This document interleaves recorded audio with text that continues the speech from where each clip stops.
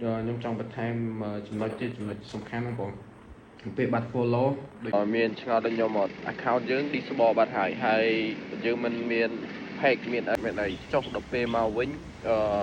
វាមកទម្រង់ធម្មតាវិញឬក៏ខ្ញុំបាទវីដេអូនេះខ្ញុំឆ្លើយតបនឹង comment បងគាត់ថាដឹងណាអញ្ចឹងខ្ញុំអ្នកជាប់ផ្ទាល់អញ្ចឹងខ្ញុំបានយក account មកវិញហើយអញ្ចឹងខ្ញុំចង់ប្រាប់ថា account ដែលយើងយកមកបានវិញហើយគឺវាអត់ទៅណាដូចធម្មតាវិញវា load មកវិញទាំងអស់ហើយទាំង page អីបានមកវិញទាំងអស់ហើយមួយទៀតខ្ញុំចង់បន្ថែមចំណុចទៀតចំណុចសំខាន់ហ្នឹងបងពេលបាត់ follow ដូចថាបាត់ follow អញ្ចឹងមានន័យថា account disable ដល់ពេលយើងយកមកវិញបានរបៀបថាអ្នក follow ហ្នឹងគាត់យក account មកវិញបានដូចខ្ញុំចឹងយកវិញបានអញ្ចឹង follow យើងក៏ឡើងមកវិញដែរឡើងវិញតាមហ្នឹងត្រូវថាពីមុន account ធ្លាប់ follow ទៅលើ page ណាខ្លះវានឹង load ចូលទៅ page ហ្នឹងវិញដូចខ្ញុំអីបងប្អូនមើលនេះពីមុនធ្លាក់ខ្ញុំថានៅសល់20ជាងឥឡូវឡើងមក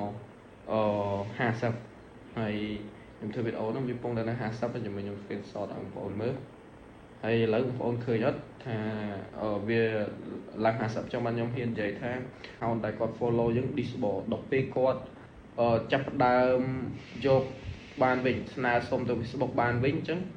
ទម្រង់គាត់នៅតែ load ចូលមក follow របស់យើងដែរអញ្ចឹងបងប្អូនដែលមាន page ធំកុំបារម្ភអីខ្លាចតអ្នកដែលគាត់ follow យើងហ្នឹងគាត់បាត់ account គាត់របៀបថាយកមកវិញអត់បានអាហ្នឹង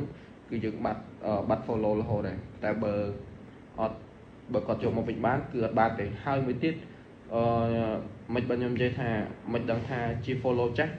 ពួកឯង follow ចាស់ follow ថ្មីអ្នក follow យើងគឺកន្លែងរូបកណ្ដឹងបងជាមួយខ្ញុំចុចឲ្យបងប្អូនមើលកន្លែងរូបកណ្ដឹងហ្នឹងគឺកន្លែងរូបកណ្ដឹងហ្នឹងវាមិនពេលអ្នក follow យើងមិនវាមាន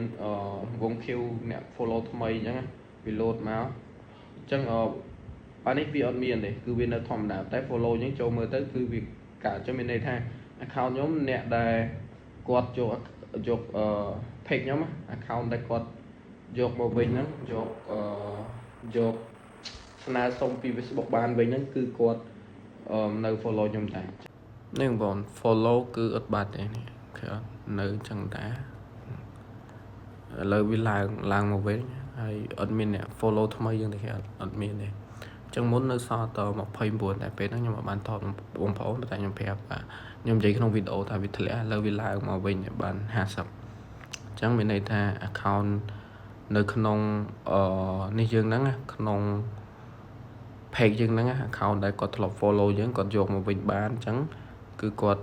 គឺក្រុមហ៊ុនមកវិញធម្មតានិយាយរួមធម្មតាទាំងអស់ហ្មងនិយាយតែមួយម៉ាត់គឺធម្មតាវិញឲ្យតែយើងស្នើសុំបាន